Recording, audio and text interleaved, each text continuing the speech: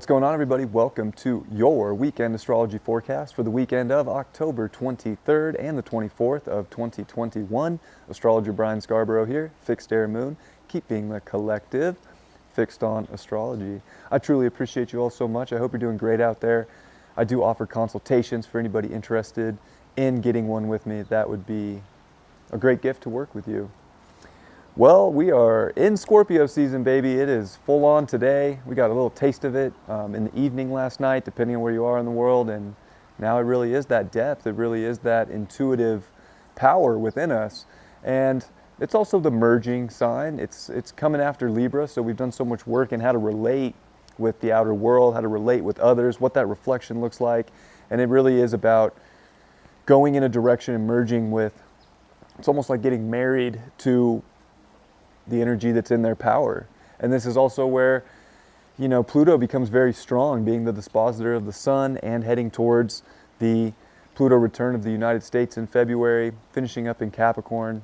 There's a manipulation aspect to Scorpio. There's an overpower and overreach of control, especially when you get Capricorn and Scorpio in the mix. These are two signs that want the power, want the control, want to have everything in their grasp.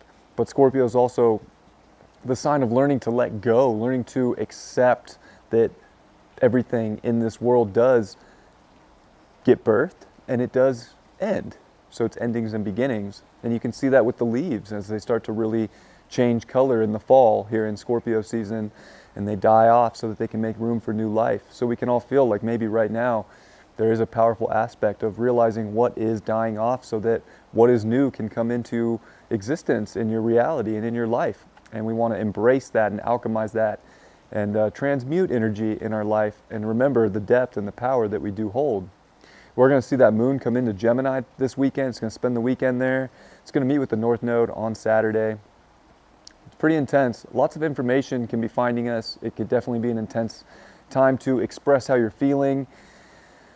Conversation's good. We are seeing Mercury start to pick up the pace too, and it's going to start quincunxing Uranus this weekend. So kind of the third and final pass of the Mercury quincunx to Uranus, which is just an interesting energy of really getting into your individuated values, your individual genius, using that to progress forward and to relate that to others while simultaneously having this need to kind of, we almost feel like we need to be pushed by someone right now. We need someone to have our back. We need someone to tell us we're going in the right direction through all this, because there's a level of unknown, and Scorpio brings that unknown energy. So we're going to start to feel that maybe ramp up this weekend with the intensity. We are seeing Mars pull off of the square to Pluto. So that's kind of dying down, like we're seeing really where soul desires and ego desires meet and how we can relate that and what we can accomplish with the right people and when we're merging together. I look at Scorpio too as like the marriage sign, or the 8th house, the marriage aspect, because this is really where we can bond. And we have to learn to trust. We have to learn to relate in a trustful, powerful way and give equal ground at the same time. So it's not like an overpowering reach. This is where, sovereign beings, sovereign humans can link up and be sovereign together and do something amazing. And that would be the best part of maybe the community aspect that this Gemini moon can bring this weekend, is really figuring out and feeling into the power that you can create with people in your community close by you that are on the same wavelength, the same vibe. And that moon's going to trine over to Saturn in Aquarius at 7 degrees this weekend. So we're also looking at this great, aspect of our mind and feeling into our intuition and being able to express that and being able to express sort of the frequency and the third eye of the channel that we can all sort of envision and maybe be feeling and be able to like link up and create that good tribe energy within community. I feel like this weekend's good for like community. Like it's good for getting together with people and being like, yo, sovereign homie, I'm doing this. What are you doing? We need to kind of get these things, figured out. Let's investigate. So there is this investigative aspect as well. Sunday is a pretty potent day in the astrology, as we are going to see that Mercury quincunx Uranus exact, and we're going to see Venus and the moon oppose each other, but they're also going to make a square, a T-square over to Neptune. It's not exact with Venus yet. Venus will be at 18 degrees, but it is T-square energy to Neptune with the moon in opposition to Venus. And I think that there's something about this magic that's out there, and there's something about being able to see through illusions, being able to feel through. You know, one thing about Scorpio also is there's no bullshit with Scorpio. Like, you see through that. And that's kind of the polarity of Scorpio and Taurus, you know. That's why they say bullshit, right? You can't bullshit a Scorpio. I don't know if you've ever heard that before, but it's true, right? They see through it. So there's a level of, I think we can really see through aspects in life if we're expanding with the right partnerships in life, merging with power, community, and not just, we got to get out of the surface of reality right now. There's so much deeper layers that need to be understood. And, you know, there is this detach aspect with Scorpio. And it's in that detachment that you're able to transmute. And at the same time, this is also a weekend where, wow, T-square energy to Neptune, like, talk about feeling completely confused with a Mercury quincunx Uranus. Talk about just being like, what is going on in my life? I mean, it's absolutely a possibility, but, you know, maybe getting back to a spiritual grounding practice, getting back to something that, you know, connects you to make you feel like you can understand, to make you feel like you can express and channel where it is you're going, while simultaneously we have to kind of be in a flow. So I think this weekend's extremely powerful, and we're also going to see the moon finish up with a trine over to Jupiter.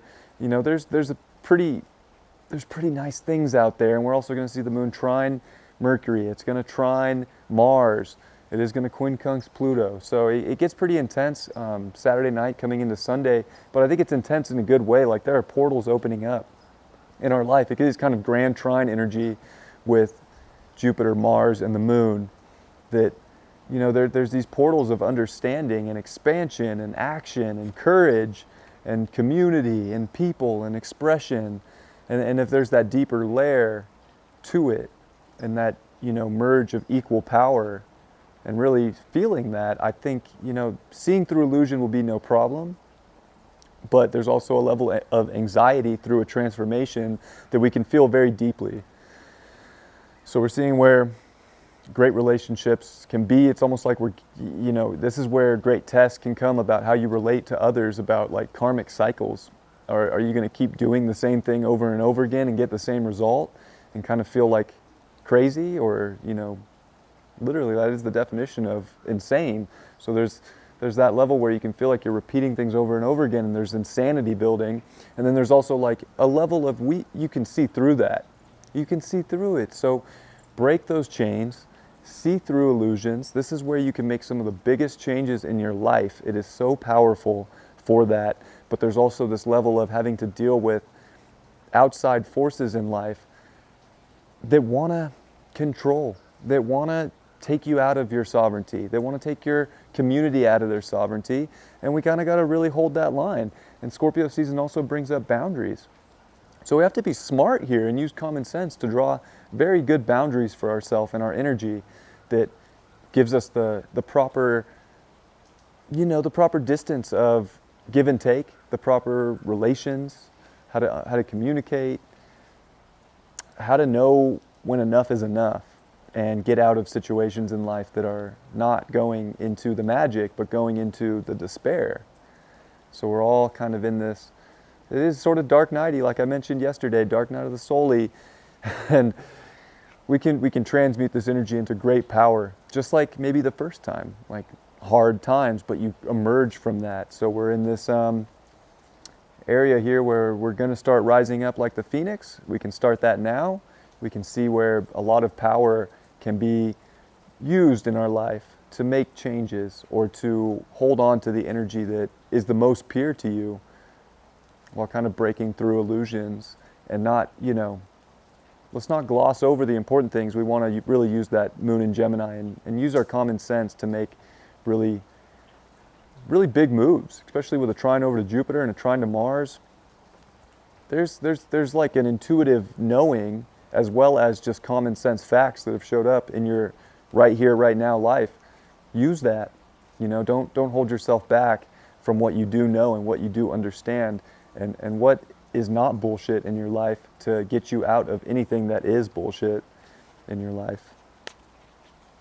Card for the day is, well, Death card, upright.